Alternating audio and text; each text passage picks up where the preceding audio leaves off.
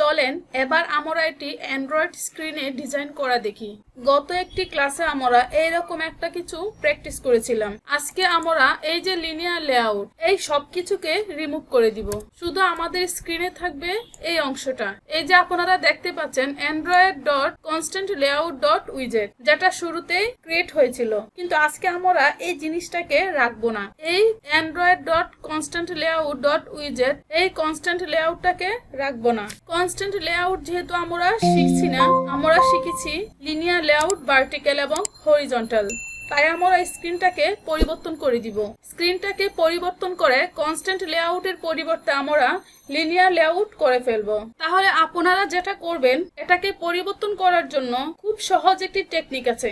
সেটা হচ্ছে এই যে কনস্ট্যান্ট লেআউট, এই কনস্ট্যান্ট লেআউট থেকে পুরো অংশটাকে কপি করে লেস দেন সাইনের আগে নিয়ে এই পুরো অংশটাকে কেটে দিব। কেটে দিয়ে বড় হাতের এল লিখলে দেখেন একা একাই লিনিয়ার লেআউট অপশনটি চেয়ে নিচ্ছে। দেন আমরা এন্টার দিয়ে নিয়ে নিব।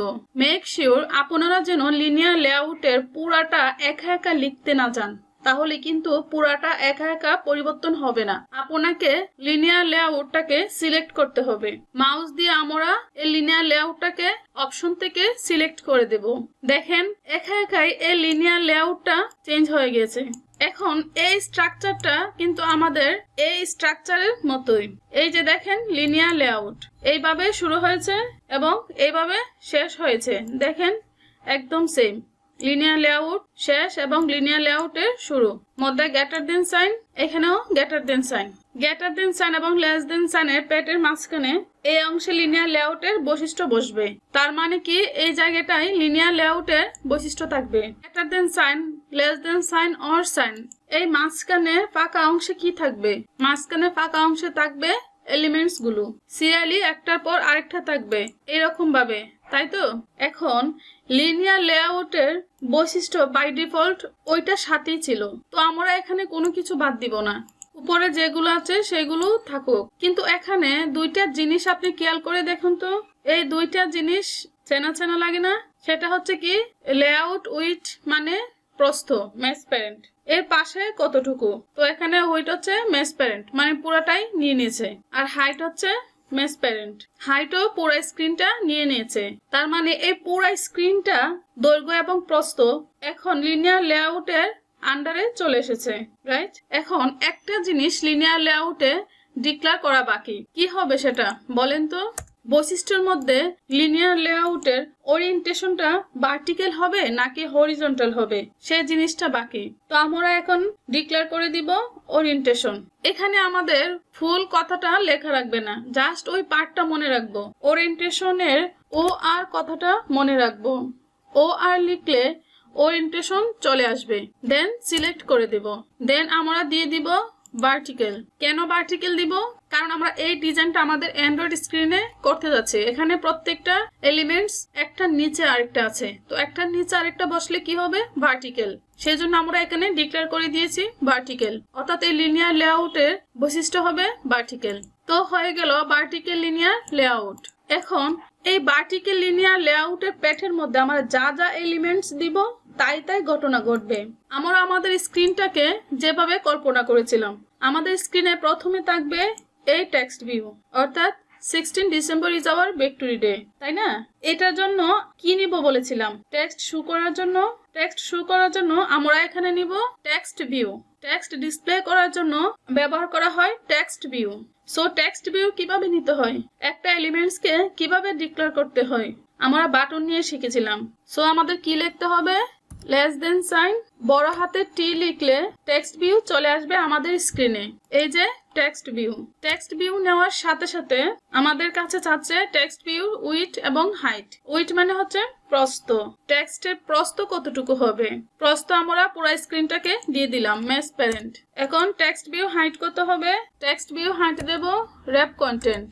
যদি আমরা হাইট মেস প্যারেন্ট দিয়ে দেই তাহলে এই টেক্সটটা তো পুরো স্ক্রিনটা নিয়ে নিবে, তাহলে আমাদের নিচে ইমেজ ভিউ বসবে কোথায়? সেজন্য আমরা দিয়ে দিলাম র্যাপ কন্টেন্ট। ফাইনালি আমরা এই টেক্সট ভিউটাকে শেষ করব। শেষ কিভাবে করে? অর সাইন দিলে একা একাই শেষ হয়ে যাবে লেস দেন সাইন নিয়ে, ঠিক আছে। এখন এই টেক্সট ভিউর মধ্যে আমরা টেক্সট হিসেবে একটা কিছু ডিক্লেয়ার করতে চাই, সেজন্য লিখবো TEX text. Text equal to এই যে ডাবল কোটেশন, এটার মধ্যে আমরা লিখবো 16 December is our victory day. 16 December victory day, অথবা আপনারা কপি করে এখানে পেস্ট করে দিতে পারেন। সো আমরা দেখতে পাচ্ছি স্ক্রিনে ওই যে ছোট করে উপরে পিচ্ছি করে একটি লেখা আছে 16 December is our victory day, চলে এসেছে আমাদের স্ক্রিনে। এবং এই টেক্সট ভিউর মধ্যে যখন আমরা কার্সারটা রাখছি তখন আমরা দেখতে পাচ্ছি যে এটার হাইট কতটুকু। হাইট আমরা দিয়েছিলাম র্যাপ কন্টেন্ট, তার মানে যতটুকু জায়গায় লেগেছে সে ঠিক ততটুকু জায়গায় নিয়েছে। আর প্রস্থ আমরা দিয়েছিলাম মেজ প্যারেন্ট, মানে পুরাটা অংশ, তাই সে প্রস্থ পুরাটাই নিয়ে নিয়েছে। এখন আসেন এই লেখাটাকে আমরা বড় করতে চাই।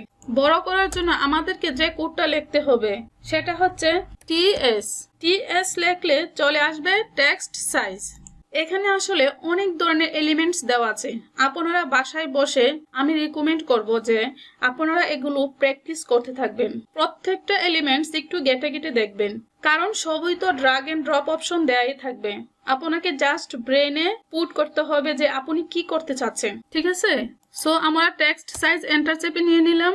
এখন আমরা টেক্সটের একটি সাইজ দেব।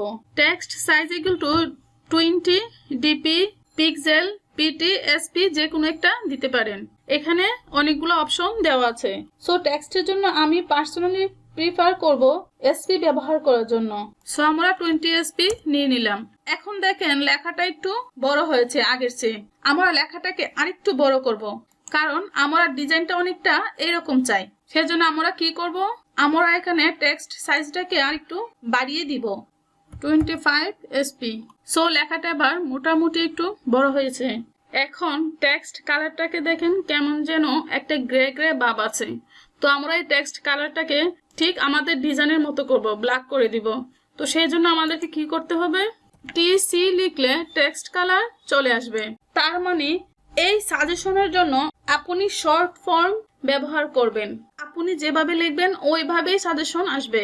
টেক্সট সাইজ হচ্ছে টেক্সট সাইজ নির্ণয় করার জন্য, টেক্সট কালার হচ্ছে টেক্সট কালার নির্ণয় করার জন্য, ঠিক আছে।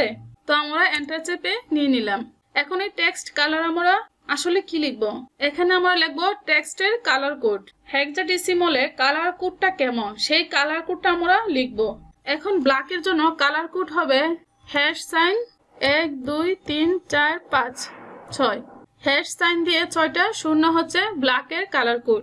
সো কনফিউজড হওয়ার কিছুই নাই।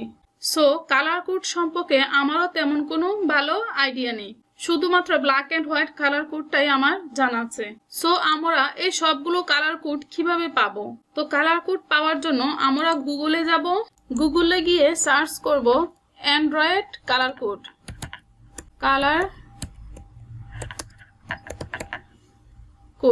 Android colour code hex.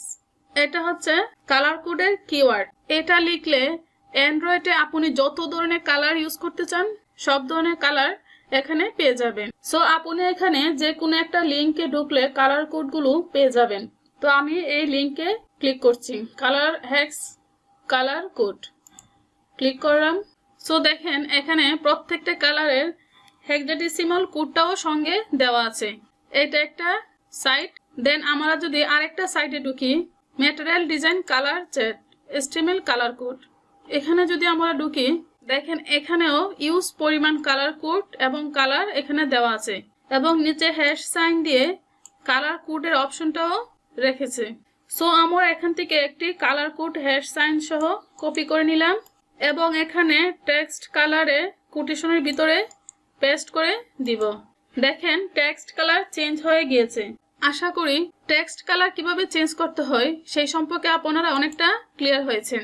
So আমরা কালাই রাখবো এই টেক্সটের কালারটা 1 2 3 4 5 6। সো আমরা এই টেক্সট ভিউটাকে লিখে ফেলেছি, সুন্দর লাগছে দেখতে। বাট আমাদের আরো একটি কাজ বাকি আছে, সেটা দেখেন